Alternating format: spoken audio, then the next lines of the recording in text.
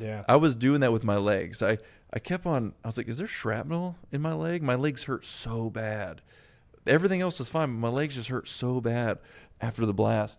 And I just kept checking if there's blood.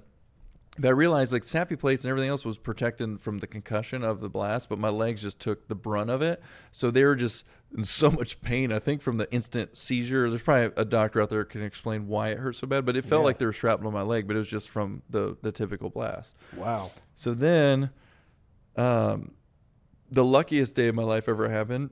We were supposed to have 24 hours off after a concussion, your first concussion.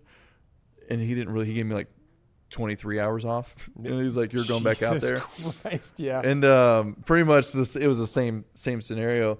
And we're driving and we're going down this road. It was daylight this time. At nighttime, we cruise with NVGs and our IR or whatever they're called on the front of our vehicles.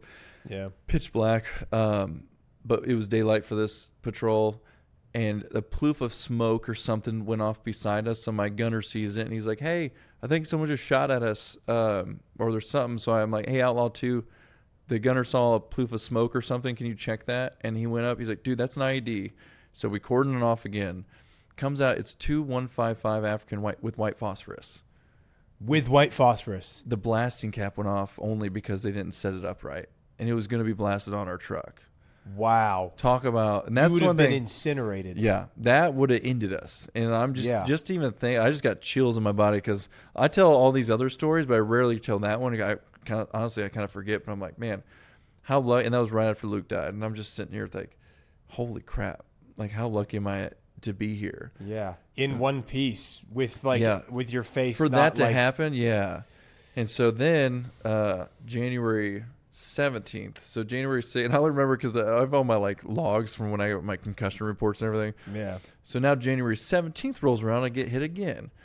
This one was a weird one because this one hurt the most, but it was just a box on the side of the road. It looks so nonchalant. Usually they're putting them in animals or underground or something or in trash. This one looked like a box, a random box, and not like a wood box. It was like this big and square. I was so nonchalant.